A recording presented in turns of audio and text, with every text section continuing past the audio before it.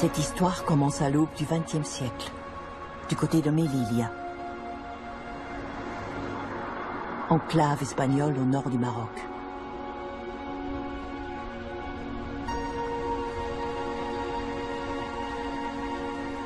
Sur un tout petit territoire peuplé de tribus berbères, un certain Abdelkrim allait créer un embryon d'État, tenant tête à l'Espagne, puis à la France, pendant plusieurs années.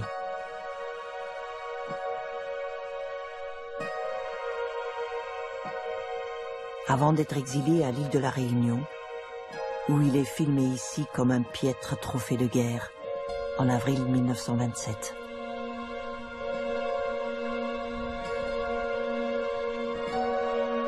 La guerre du Rif a fait des dizaines de milliers de morts, laissé un pays et une population dévastés par les bombardements et les armes chimiques.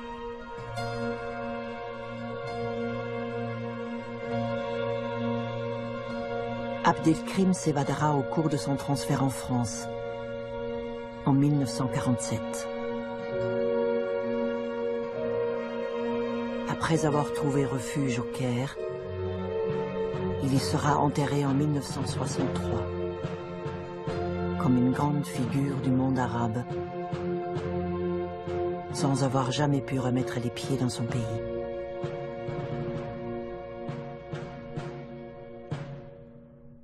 J'ai demandé une fois à ma mère qui était Abdelkrim. Et là, ma mère m'a fait une remarque qui était, c'était un chef moro, comme on dit chez nous, c'est-à-dire un chef marocain, et qui a donné une bonne raclée aux militaires au Maroc. Et elle a ajouté, si Abdelkrim avait vaincu, on n'aurait pas eu Franco.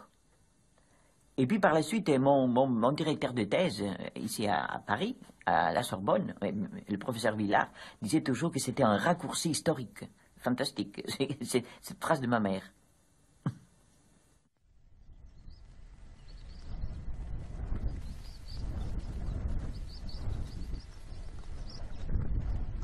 Abdelkrim fait partie d'une famille de notables, appartenant à la tribu des Bni Ouriarel. Après des études de droit à Fès, il se met au service des Espagnols à Melilla, comme professeur, interprète, journaliste, puis juge des affaires musulmanes. Abdelkrim et son père militaient auprès des tribus pour favoriser la présence espagnole. C'est ce qu'il racontera au capitaine Sagne, officier interprète de l'armée française, qui l'accompagne dans son exil. J'étais à l'origine plein d'enthousiasme et d'espoir, et je m'employais, tout comme mon père, à faire admettre aux Rifains l'intérêt d'accueillir les Espagnols, afin qu'ils nous apportent le progrès et le développement.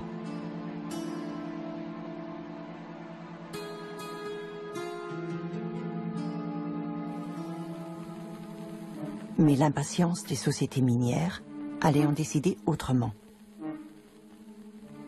Les relevés géologiques, réalisés entre 1905 et 1907, avaient effectivement confirmé la richesse des gisements de fer à proximité de Melilla, aiguisant les appétits pour ce nouvel Eldorado.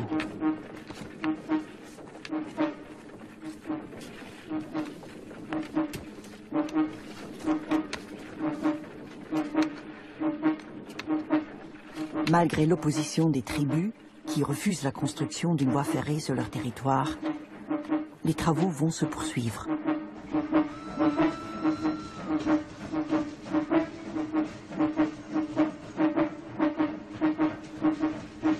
En juillet 1909, 6 agents des chemins de fer sont tués par les Rifains, donnant le prétexte à une intervention qui va se solder par un cuisant échec au Barranco del Lobo, où les Espagnols sont écrasés en quelques heures.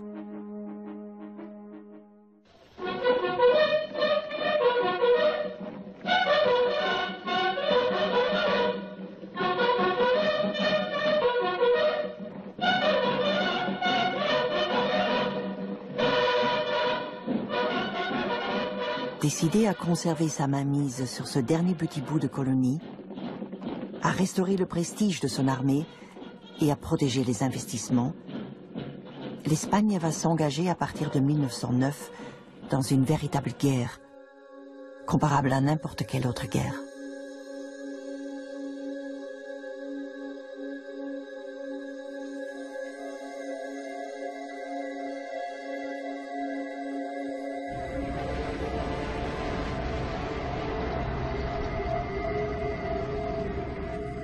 L'injustice de la conscription qui ne touche que les fils du peuple provoque à Barcelone une semaine d'insurrection qui sera férocement réprimée et restera dans la mémoire espagnole la semaine tragique. Malgré la mobilisation de forces de plus en plus importantes, l'Espagne restera à la porte du Rif pendant plusieurs années, traitant les populations avec une violence chaque jour décuplée, en proportion de l'humiliation qu'elle subit face à un pays qu'elle méprise. Le peuple ne voulait pas les guerres, il était très ennemi de la guerre, il était contre la guerre. Seulement, bon, il y avait que l'Espagne, elle voulait aussi avoir un certain prestige international. Par exemple, le chef du Parti libéral, le comte de Romanones, indépendamment du fait qu'il avait des intérêts aux mines du Rif, il disait toujours « l'Espagne n'a qu'une politique étrangère sur le Maroc ». C'est-à-dire, en ayant perdu ses colonies en Amérique, l'Espagne voulait quand même se réaffirmer au niveau international en tant que puissance. Et la seule manière de s'affirmer, c'était avoir des colonies. Un pays européen qui à l'époque n'avait pas de colonies n'était rien. C'était l'époque de grande expansion coloniale et impérialiste. La France, qui attendait depuis longtemps de s'emparer de la plus grande partie du Maroc, intervient à Fès en 1911, sous prétexte de sauver le sultan, menacé par une insurrection.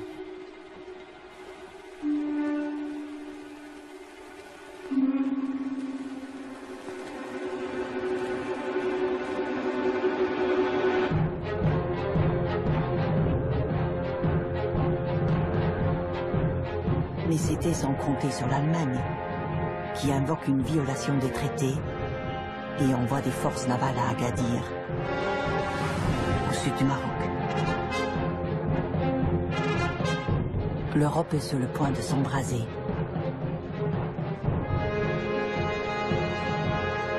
Sans la mobilisation des opinions publiques et l'intervention de l'Angleterre, qui menace l'Allemagne de se ranger en cas de conflit aux côtés des Français, la Première Guerre mondiale aurait sans doute éclaté en 1911. Les Français ont foutu le feu au Maroc par leur politique qui s'appelle l'État marocain à partir du début du XXe siècle. Le paradoxe, c'est qu'on demande à Lyautey d'éteindre un incendie que son pays a allumé au Maroc. Alors que l'Espagne ne parvient pas à dépasser la zone qu'elle occupe déjà, le résident général Lyautey va entreprendre à partir de 1912 l'occupation du Maroc français, qu'on appelle, par un doux euphémisme, la pacification. Monarchiste convaincu, Lyautey est un pur produit de l'armée coloniale. Il a déjà fait ses preuves au Tonkin, à Madagascar et en Algérie. Et par son respect de l'islam, il est apprécié des notables locaux, piliers du régime.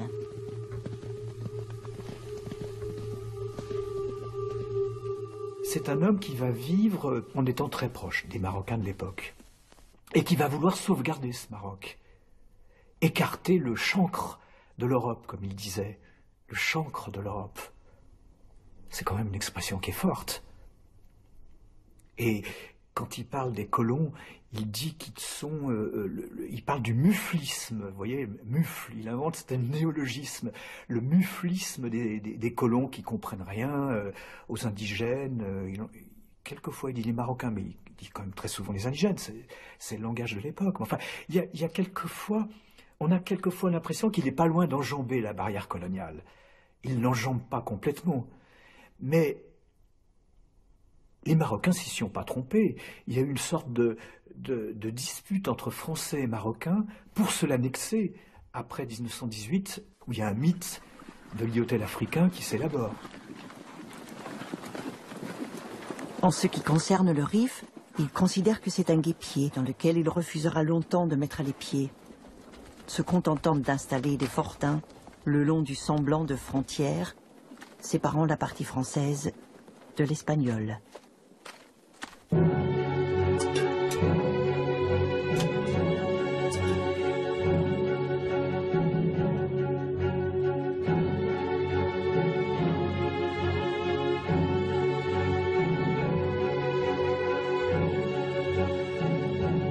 Le partage du festin colonial, nécessaire aux appétits industriels et financiers européens, impose parfois des sacrifices.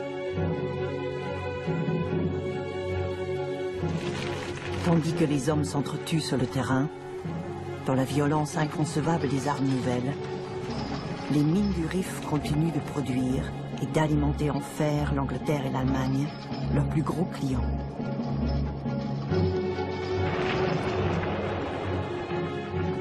Quand il évoque cette période, Abdelkrim raconte qu'elle a été un tournant qui allait décider de son engagement futur aux côtés des Rifains.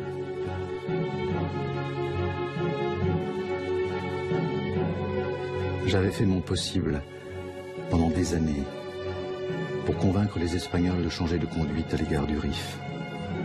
Mais ils passaient leur temps à nous dresser les uns contre les autres.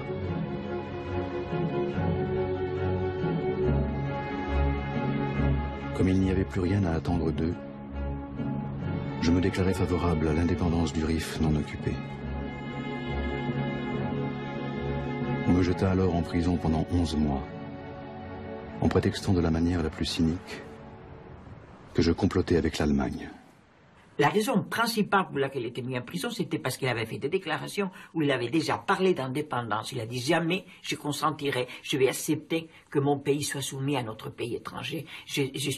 Alors ces paroles ont été considérées très dangereuses. Donc il a déjà fait une proclamation, c'était un manifeste pour l'indépendance. Et c'était le mot indépendance pour lui, c'était un mot, c'est-à-dire toute sa vie, c'était pour lui le mot fondamental. C'est-à-dire il n'acceptait pas la domination étrangère.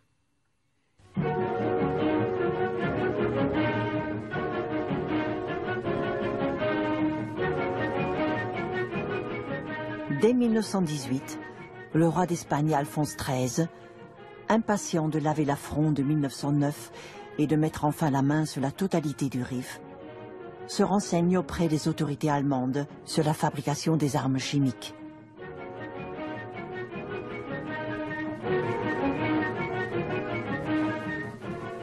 Pendant que la France, l'Angleterre et leurs alliés se disputent le sort de l'Allemagne et se partagent son empire colonial, le comte Romanones, devenu chef du gouvernement espagnol, annonce en 1919 l'impulsion nouvelle donnée à la guerre au Maroc.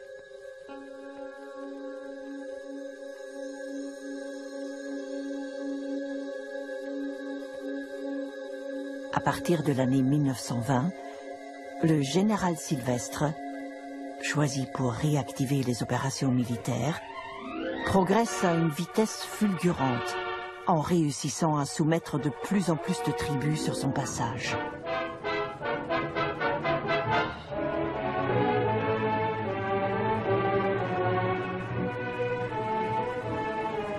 L'Espagne est aveuglée par ses succès d'opérette, qui rendront plus cruels encore les échecs à venir.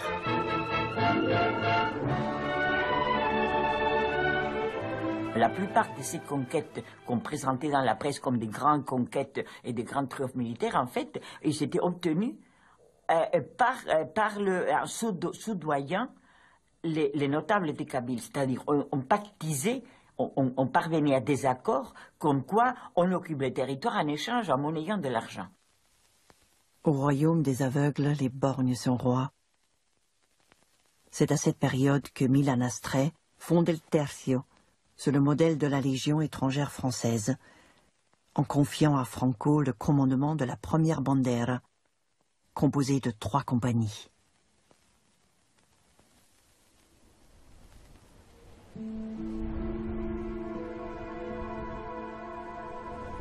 Mon père venait de mourir.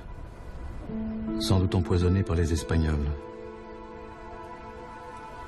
Comme les chefs d'Ebni ou Yarel étaient venus, selon la tradition, me présenter leurs condoléances, j'engageai avec eux des pourparlers au sujet des rapports hispano-rifains.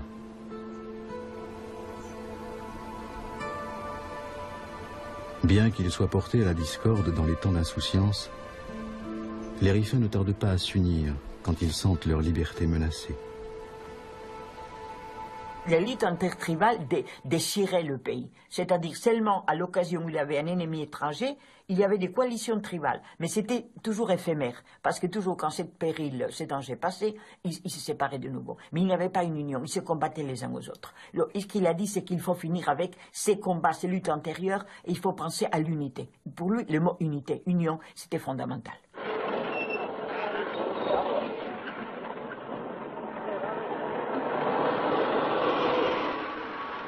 Dans les premiers jours de janvier 1921, Sylvestre s'approche du lieu-dit Anoual pour placer les bases de ses futures opérations.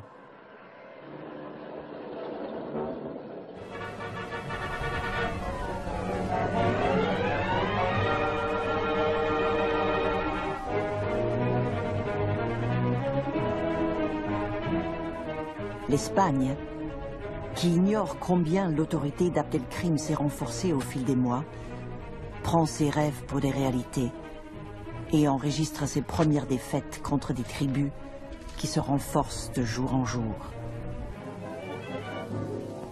Tandis qu'au fil de semaines, toutes les positions autour d'Anoual ont cédé les unes après les autres, dans la nuit du 21 juillet 1921, le général Sylvestre envoie plusieurs télégrammes de suite, en réclamant des renforts. Que ce soit tout de suite, autrement plus la peine. À l'aube, le signal de la retraite est donné. 5000 hommes se retirent dans l'affolement, sans aucune organisation prévue pour leur défense, dévalant la montagne sous un soleil de plomb, dans une indescriptible débandade. Le scénario tourne au cauchemar.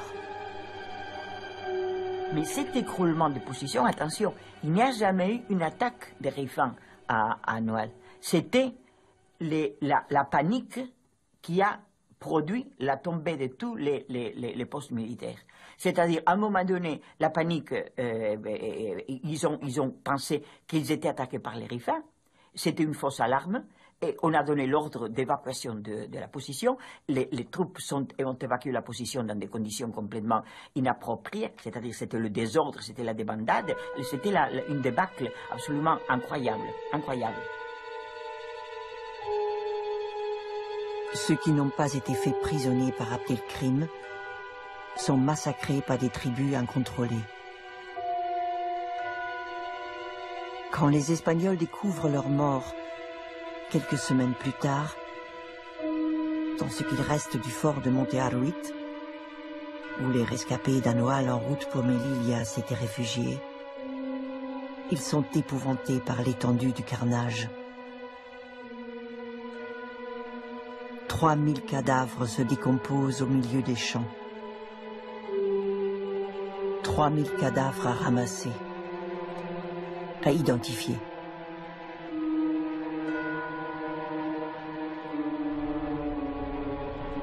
J'ai tout fait pour éviter ce massacre.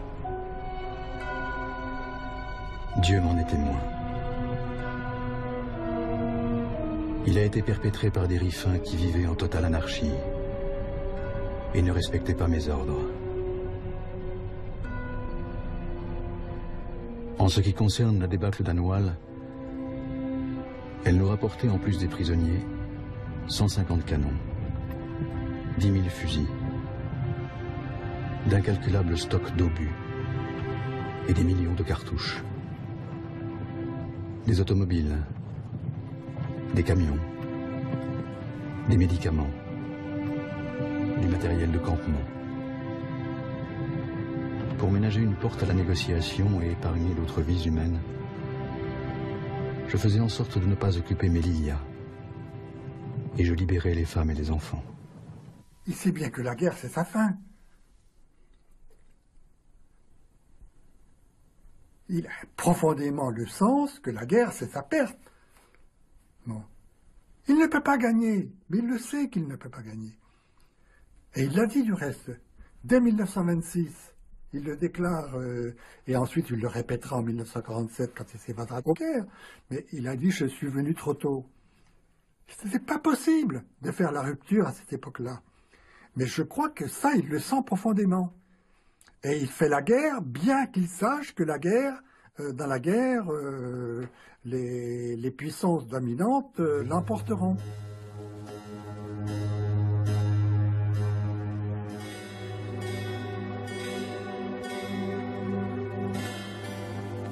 Tandis qu'Abdelkrim attend l'ouverture de négociations pour établir la paix sur des bases sérieuses, le gouvernement espagnol ne pense qu'à une revanche rapide et à récupérer ses prisonniers par la force. En quelques mois, nous allions démontrer qu'un petit peuple était capable de prendre en main son destin. J'allais jeter les bases d'un État, commencer à moderniser la vie des tribus et les unifier. J'allais créer une justice, une armée, une école. J'allais entreprendre un recensement de la population. J'allais même convaincre les Rifins de payer un impôt pour financer nos dépenses. Alors que j'avais toujours dit aux Espagnols que nous leur gardions la porte ouverte et que j'étais prêt à négocier sur un pied d'égalité la libération des prisonniers, le gouvernement mena une campagne violente contre moi, me présentant comme un ennemi de l'humanité. En novembre 1921, alors que la communauté internationale est en train de bannir les armes chimiques, le grand spécialiste allemand atterrit à Madrid pour dresser les plans d'une usine aux environs de la capitale. Pour faciliter la discrétion des échanges, Stolzenberg obtient la nationalité espagnole. Le budget militaire est multiplié par 3, dans le but d'écraser le soulèvement rifin et la lutte d'Abdelkrim, dont la notoriété franchit les frontières du Rif, contribuant à faire de cet homme une figure de légende. Im Laufe des Rifkrieges tauchten eine ganze Reihe von Europäern in der unmittelbaren Umgebung von... Au cours de la guerre du Rif, une série d'Européens apparurent dans l'entourage immédiat d'Abdelkrim. C'étaient des gens très différents. Des contrebandiers qui livraient des armes ou des vivres. Des transfuges de la Légion étrangère française ou espagnole, qui accédèrent à des rôles de conseillers militaires plus ou moins importants. Des gens qui cherchaient des contrats miniers. Des conseillers politiques, qui pour les raisons les plus diverses, souhaitaient aider Abdelkrim dans son combat pour la reconnaissance internationale et l'indépendance.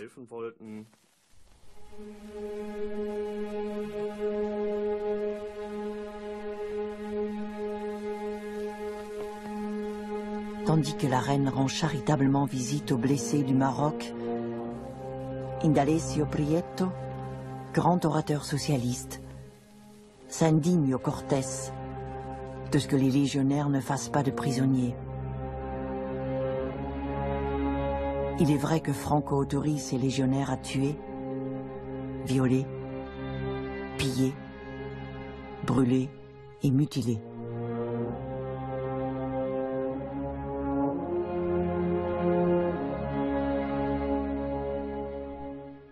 Et l'image du Rifin sous-développé et barbare est remise au goût du jour. Après l'avoir transformé en sauvage, on lui ôte peu à peu tous les attributs de l'humanité. Après l'avoir ridiculisé, on le chosifie pour pouvoir le combattre sans plus se poser de questions.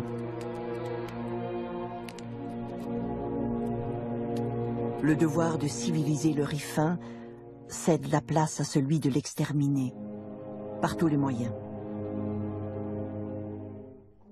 Et ces militaires étaient en général des militaires qui faisaient partie des troupes de choc.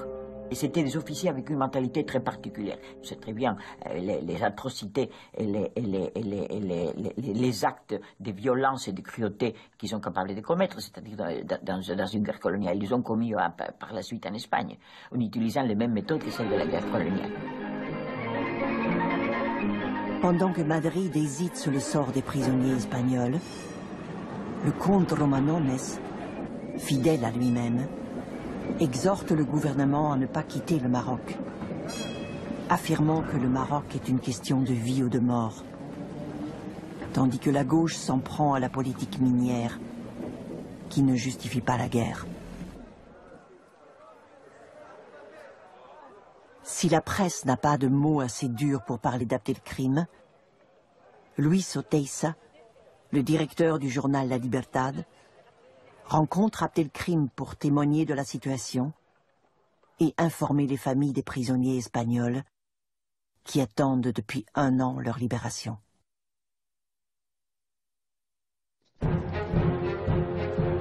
Alors que le gouvernement espagnol s'était engagé à suspendre les opérations, pendant la durée des négociations, le général Berenguer lançait 20 000 hommes en direction d'Al-Hoceima, soutenu par de l'artillerie lourde et de l'aviation.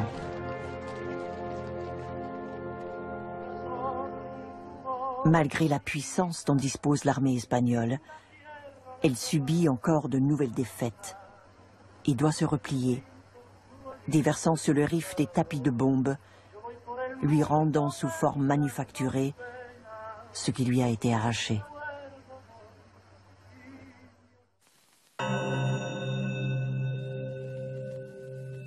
Convaincu qu'il trouvera en Grande-Bretagne des alliés pour l'aider à négocier avec l'Espagne, Abdelkrim envoie des émissaires à Londres. Il demande de l'aide sanitaire et la rupture des contrats militaires avec Madrid. Mais le gouvernement ne discute pas avec les rebelles. C'est au cours de cet été 1922 qu'une usine d'armes chimiques voit le jour à la porte de Melilla.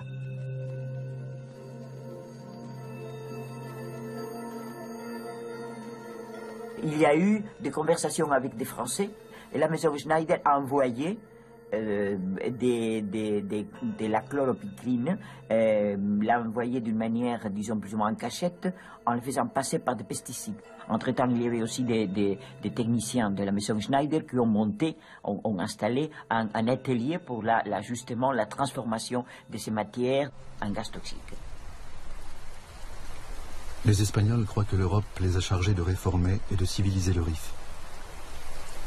Mais les Rifins demandent: est-ce que la réforme consiste à détruire des maisons en utilisant des armes interdites? Il est temps que l'Europe, qui a proclamé au XXe siècle sa volonté de défendre la civilisation, fasse passer ses nobles principes du domaine de la théorie à celui de la pratique. Pendant ce temps, la question des prisonniers est devenue une affaire d'État. Ce qui avait été refusé à Abdelkrim pendant 1 an et demi va être conclu en quelques jours. Les prisonniers sont libérés en janvier 1923, aux conditions initiales. Mais au lieu des 600 prisonniers espagnols, il n'en reviendra que 367, les autres étant morts de faim ou de maladie.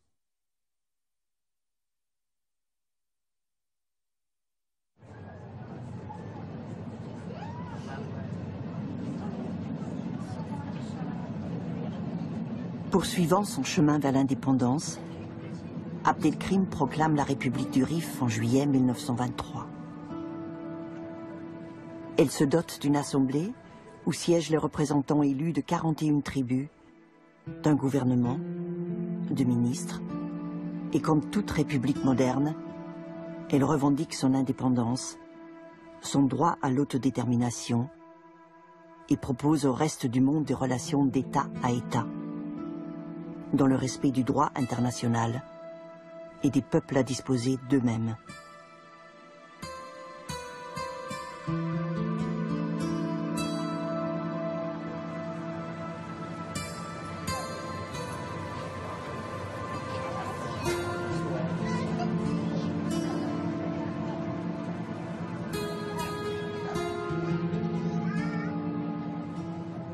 le mot république, c'est un gallicisme.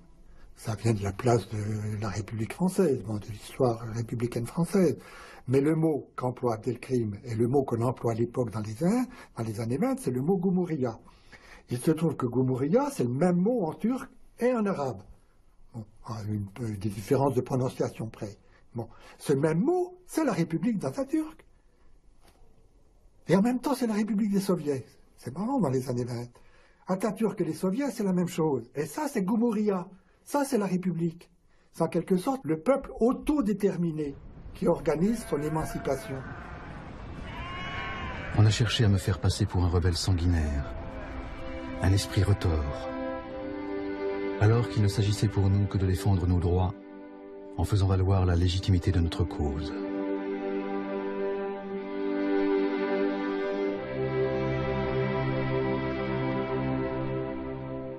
Nous l'avions fait savoir à l'Espagne aussi bien qu'après les événements d'Anoual.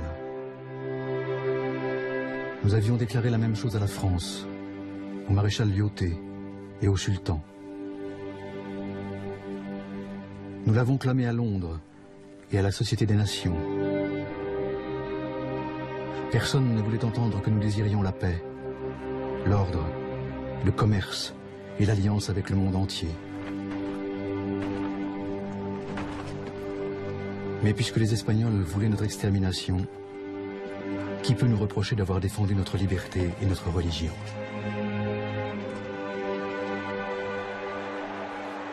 Tandis que l'Espagne est secouée par les révélations sur les responsabilités du désastre d'Anoual, le coût humain de cette guerre qui n'en finit pas, et les revendications ouvrières stimulées par la révolution soviétique, Alphonse XIII confie à Franco les clés de la Légion, la troupe d'élite du Rif.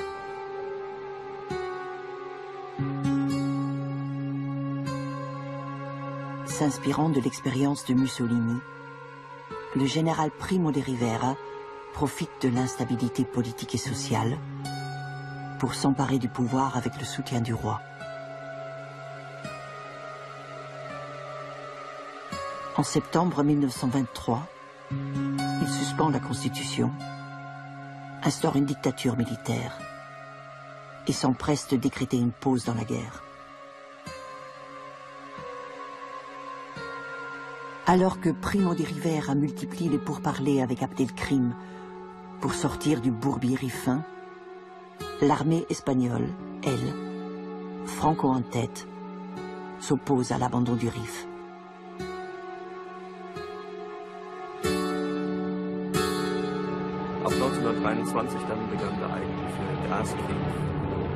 À partir de 1923, commença la véritable guerre chimique contre la population rifaine par bombardement aérien.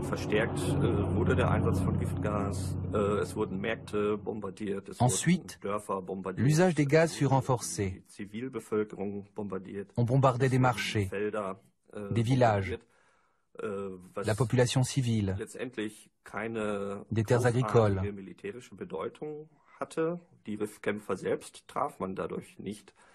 Ce qui n'avait pas un grand impact militaire parce qu'on n'atteignait pas les combattants rifins. Mais ce n'était pas le but recherché. La guerre était devenue totale, englobant la population civile. Dans cette mesure, la guerre du Rif a pris une gravité particulière dans ce siècle des extrêmes.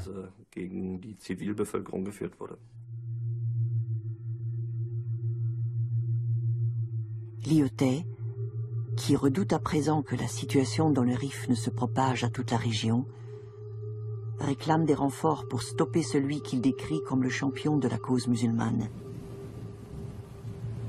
Il demande à occuper la rive droite de l'Ouéra afin de couper à Abdelkrim le grenier à blé du sud rifin.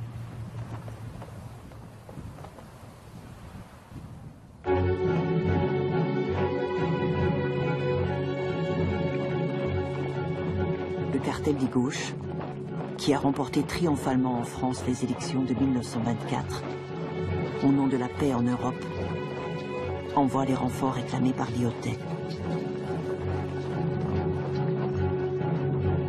Dès la fin du mois de mai 25, 12 000 soldats franchissent l'Ouéra avec l'assurance d'appartenir à l'armée la plus puissante du monde. Il a commandé des obus à Hypérite. Ont-ils été employés? Je pense que pendant l'été 25, les grands moyens ont été employés du côté de Biban et de Taounat. Là, vous savez, en mai-juin 25, il y a des batailles où les anciens de la guerre de 14-18 disent les combats ont l'intensité des combats de la guerre de 14-18. Après avoir battu les Espagnols au nord, en les rejetant vers la mer, plus rien ne semble pouvoir arrêter Abdelkrim au sud, où de nouvelles tribus se joignent à la lutte.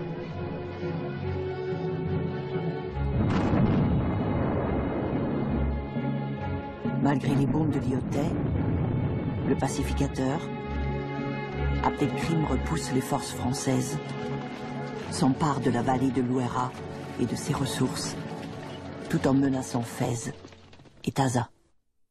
On sait qu'il a perdu les pédales, enfin, que ses nerfs ont craqué. Est-ce que c'est...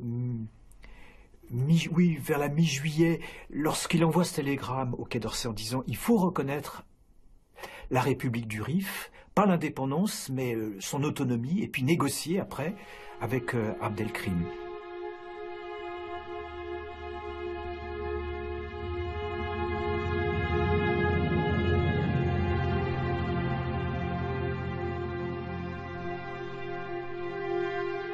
Tandis que les premiers cadavres arrivent en France, les communistes, soutenus par les surréalistes et de nombreux intellectuels, appellent à la mutinerie et à la fraternisation, multiplient les meetings et les interventions au Parlement, en réclamant un vrai débat sur la guerre.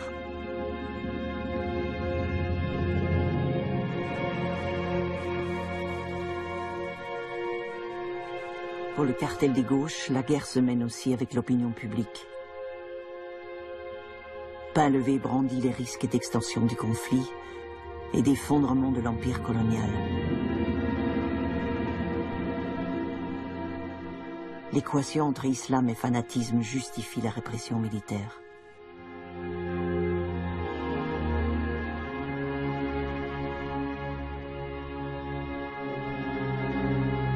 Dès l'été 1925, le maréchal Pétain est envoyé pour élaborer avec Primo de Rivera la stratégie destinée à écraser la jeune République riffaine. À partir de la disqualification, si l'on peut dire, de Lyautey, Pétain est inévitable.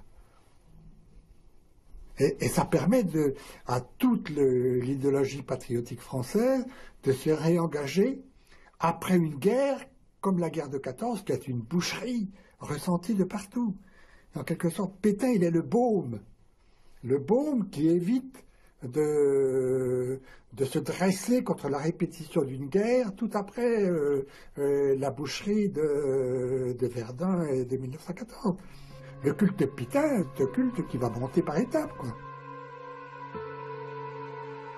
Plusieurs dizaines de milliers de soldats viendront grossir les contingents français et espagnols au Maroc, les portant à 350 000 hommes. Le 3 septembre 1925, Pétain reçoit le commandement des forces du Maroc.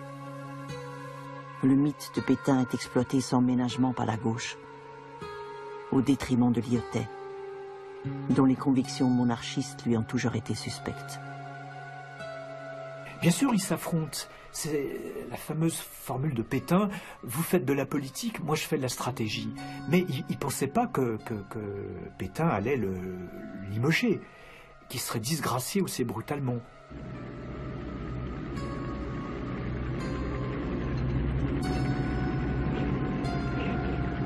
Le plan d'action nécessite l'utilisation du matériel le plus moderne, à une échelle inconnue jusqu'alors dans une guerre coloniale.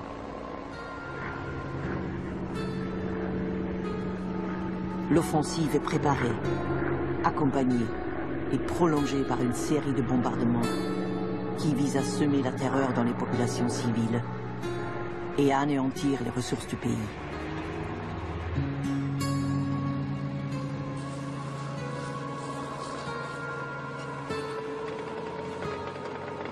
L'Espagne, qui avait essayé tant de fois de s'emparer de la baie d'Aloceima, réussit enfin l'exploit, en portant un coup fatal à la République du Rif.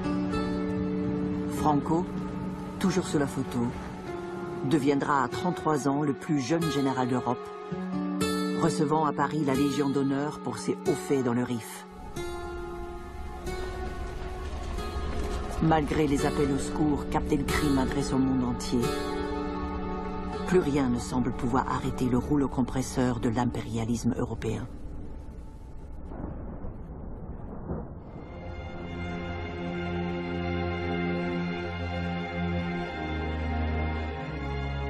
Alors que nous nous battions depuis 16 ans pour notre liberté, et que l'Espagne s'était montrée incapable de nous soumettre, en partie à cause du rejet de la guerre par son peuple, en partie à cause de l'incompétence de ses chefs, la France et l'Espagne allaient nous attaquer sur tous les fronts, en nous écrasant sous le feu répété de leurs canons.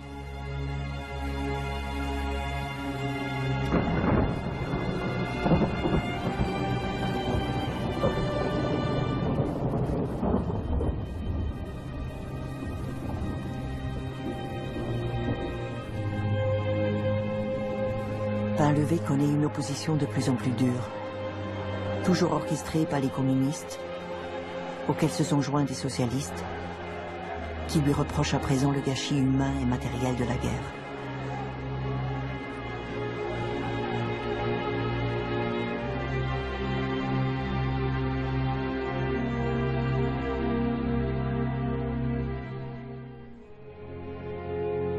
Le patriotisme fait qu'il faut soutenir nos petits soldats au nom de la patrie française quand ils sont en train de défendre nos colonies. Hein? On ne parle pas de l'Espagne, là, de défendre nos colonies. Bon. Et Pétain en est en quelque sorte la garantie. Par contre, on a en abomination cette révolution d'Abdelkrim, et tout le monde écrit, c'est une révolution nationale.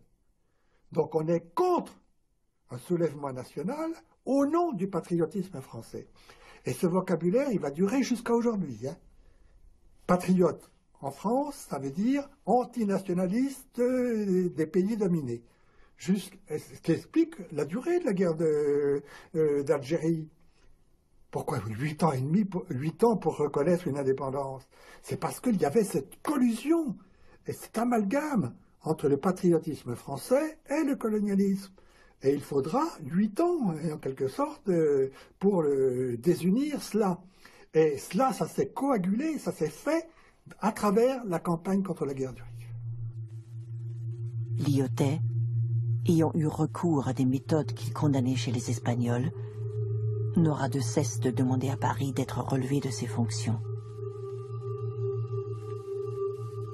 Steig, le nouveau résident civil nommé en remplacement de Lyautey, se bat depuis des mois pour que la France trouve malgré tout un terrain d'entente avec Abdelkrim. Mais pour Pétain, la seule négociation, c'est la guerre. Il faut obliger le chef rifin à se rendre ou le faire disparaître, sans lui laisser aucune possibilité de redresser la tête. Imaginez qu'en avril 1926, la France ait reconnu l'autonomie de la République du Rif. Il y a beaucoup de choses qui auraient peut-être changé. Ça aurait peut-être été le point de départ d'une décolonisation par étapes, graduelle, qui aurait commencé plus tôt.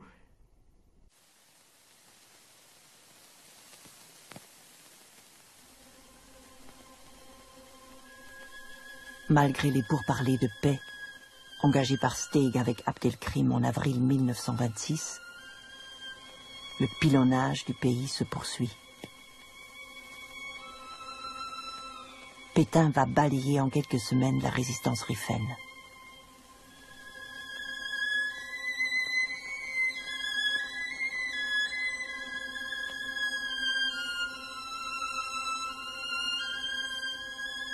Qui est plus cruel que celui qui s'obstine à nuire aux faibles et aux malheureux?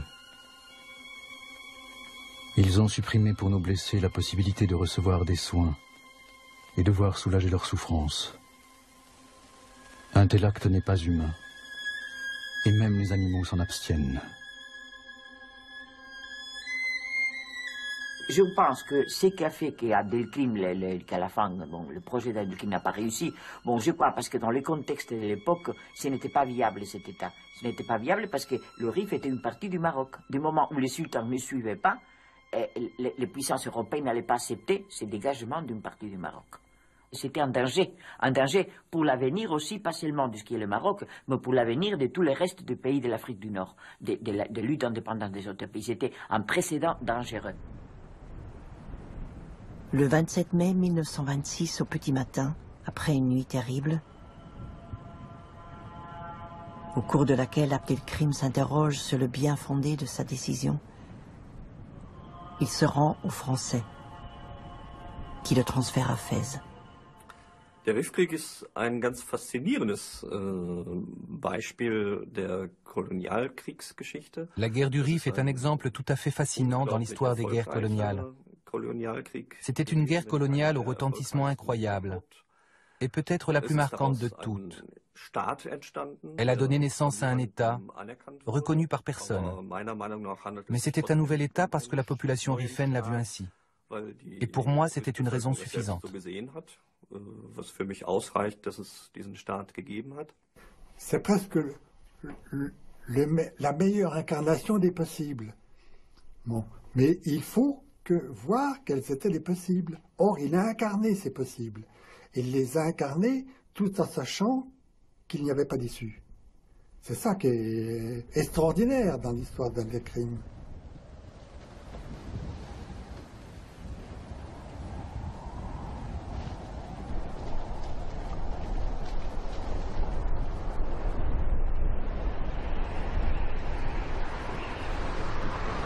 Si j'ai commis des erreurs, je le regrette. Qui ne regrette pas ses fautes?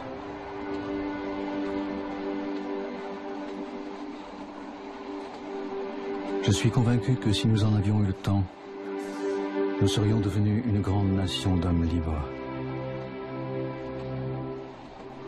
Notre combat a donné aux Rifins une fierté, un espoir, une confiance en soi qu'aucune défaite ne pourrait effacer.